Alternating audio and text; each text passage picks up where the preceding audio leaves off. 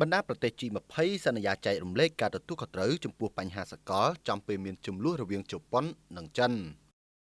លោកស្រីនាយករដ្ឋមន្ត្រីជប៉ុនសាណា តាកាអ៊ីឈីបានឲ្យដឹងថាប្រទេសសេដ្ឋកិច្ច G20 បានបញ្ជាក់ពីសារៈសំខាន់នៃសមាជិកទាំងអស់ក្នុងការចែករំលែកការទទួលខុសត្រូវនិងជំរុញកិច្ចសហប្រតិបត្តិការជាក់ស្ដែងដើម្បីដោះស្រាយបញ្ហាប្រឈមជាសកលទោះបីជាជប៉ុននិងចិននៅតែមានជម្លោះគ្នាលើបញ្ហាកោះតៃវ៉ាន់ក៏ដោយ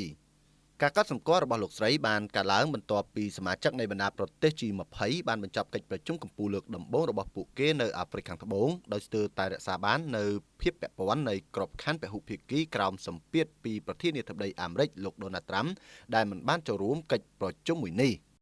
លោកស្រីតាកាអ៊ីឈីដែលបានបង្ហាញខ្លួនជាលើកដំបូងនៅក្នុងបណ្ដាប្រទេស G20 បានចូលរួមជាមួយមេដឹកនាំដទៃទៀតរួមទាំងនាយករដ្ឋមន្ត្រីចិនលីឈៀងក្នុងកិច្ចខិតខំប្រឹងប្រែងដើម្បីការពារការបែកបាក់នៃវេទិកាដែលមានភារកិច្ចដោះស្រាយបញ្ហាប្រឈមចាប់ពីពន្ធគយរបស់លោកត្រាំដែលប៉ះពាល់ដល់សមាជិករហូតដល់ការប្រែប្រួលអាកាសធាតុនិងហានិភ័យភូមិសាស្ត្រនយោបាយ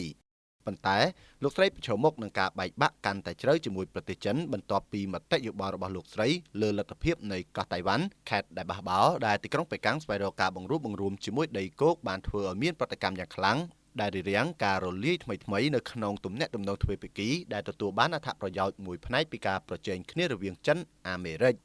គណៈពេលដែលលោកត្រាំប្រធានាធិបតីចិនស៊ីជីនពីងនិងប្រធានាធិបតីរុស្ស៊ីលោកវ្លាឌីមៀពូទីនអវត្តមានពីកិច្ចប្រជុំកំពូល G20 ប្រចាំឆ្នាំនៅទីក្រុងចូហានស្បឺកលោកស្រីតាកាអ៊ីឈីសមាជិកសភាគាំទ្រតៃវ៉ាន់ដែលបានចូលកាន់តំណែងនៅថ្ងៃទី21ខែតុលាបានគូបញ្ជាក់ពីតម្រូវការសម្រាប់សណ្ដាប់ធ្នាប់អន្តរជាតិដែលមានមូលដ្ឋានផ្អែកលើច្បាប់